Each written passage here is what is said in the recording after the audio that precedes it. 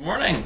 I'm Dan DeBonis, Acquisitions Editor for Psychology, and today I'm joined in the office by Dr. Mark Gluck, Professor of Neuroscience at the Center for Molecular and Behavioral Neuroscience at Rutgers University, Newark. And we're going to talk a little bit about the forthcoming second edition of his book, Learning and Memory from Brain and Behavior, co-authored with Catherine Myers and Eddie Mercado. So Mark, welcome. Thank you. So tell us a little bit of the story of this book.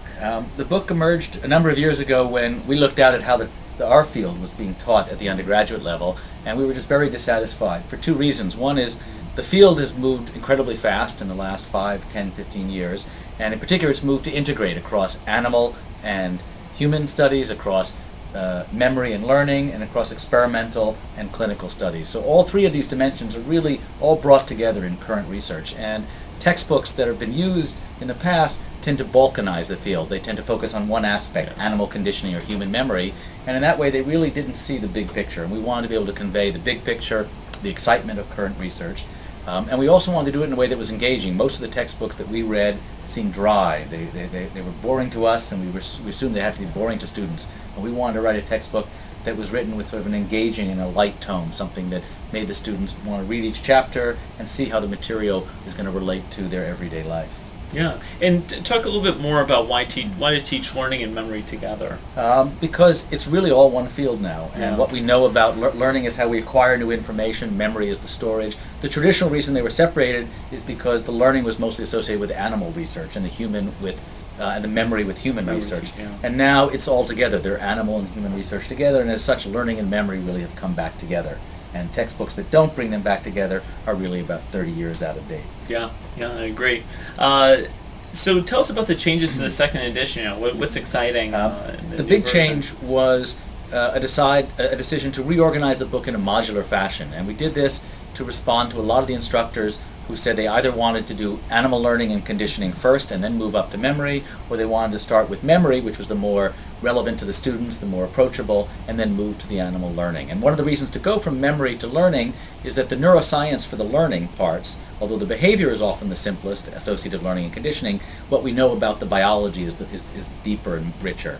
So depending on someone's orientation, they like to go one direction or the other, and we felt that we didn't need to make a choice. We could actually present them in a modular fashion that allowed people to start with some common introductory chapters and then diverge either to an animal learning and then a human memory, or a memory and then to a learning, and wind up at the end of the book with some common integrative chapters. Yeah, I think we found that people use this for a lot of different courses in learning, memory, and neurobiology, and so having that module learning that they can do first or memory that they can do first, that flexibility I think really makes the book even more appealing. And I think it's the heterogeneity of the field, the diversity of the topics that are covered, the diversity of the backgrounds of the people who are teaching the course that really makes it important for the book to be modular so as to allow there to be a variety of ways of teaching this. Yeah, the art program was such a hallmark of the first edition. Are there going to be any changes to the second edition? I think it's really more of the same and better. I mean, one of the other things, probably the third thing that disappointed us about a lot of the books that were out there is because it was an upper level textbook,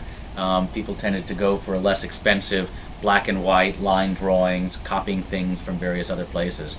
And we felt that we needed to have full color because we needed to explain the brain imaging, we needed to show the brain anatomy, and you couldn't really do this topic if you tried to do it in black and white. So what we really wanted was a sort of a middle upper level course, a textbook, but one which had the production values of an introductory textbook, and I think that's what we very much got. Absolutely. So tell us, the first edition's been out for a few years now. What are instructors saying? What have you heard about from people that have used it? Well, the most encouraging feedback I got was at the Society for Neuroscience, where one woman came up to me and she says, I have to thank you for helping my career. She said, I used to get average to below average teacher ratings. She says, then I switched to your book and suddenly I'm one of the highest rated teachers in the department. She says, and I haven't changed at all. She says, the only thing is the book. The students love the book, they love to read it, they understand it at a level they never did before. She says, and I'm getting all the credit for it, so thank you. Doesn't get any better than that. Yeah. I was going to tell one other story, also at the Society for Neuroscience.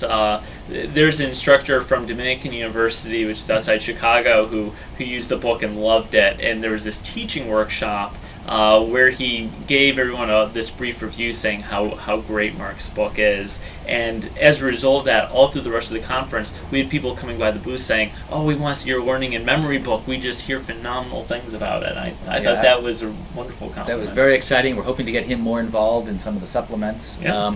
We think because people come from so many different backgrounds, many people are a little concerned about teaching material they may not be comfortable with. And so one of the ways in which we've addressed that is to try to have an extra special supplements package, a full range of PowerPoint presentations, classroom exercises. So our hope is that we really have not just the textbook is at the center of really of a broader range of teaching materials that allow someone to go into the classroom and be able to have sort of everything at their fingertips to provide a full pedagogical experience for the students. Absolutely. Well, great. Thank Mark, you. thanks very much for taking time My and coming in pleasure. to join us. My pleasure.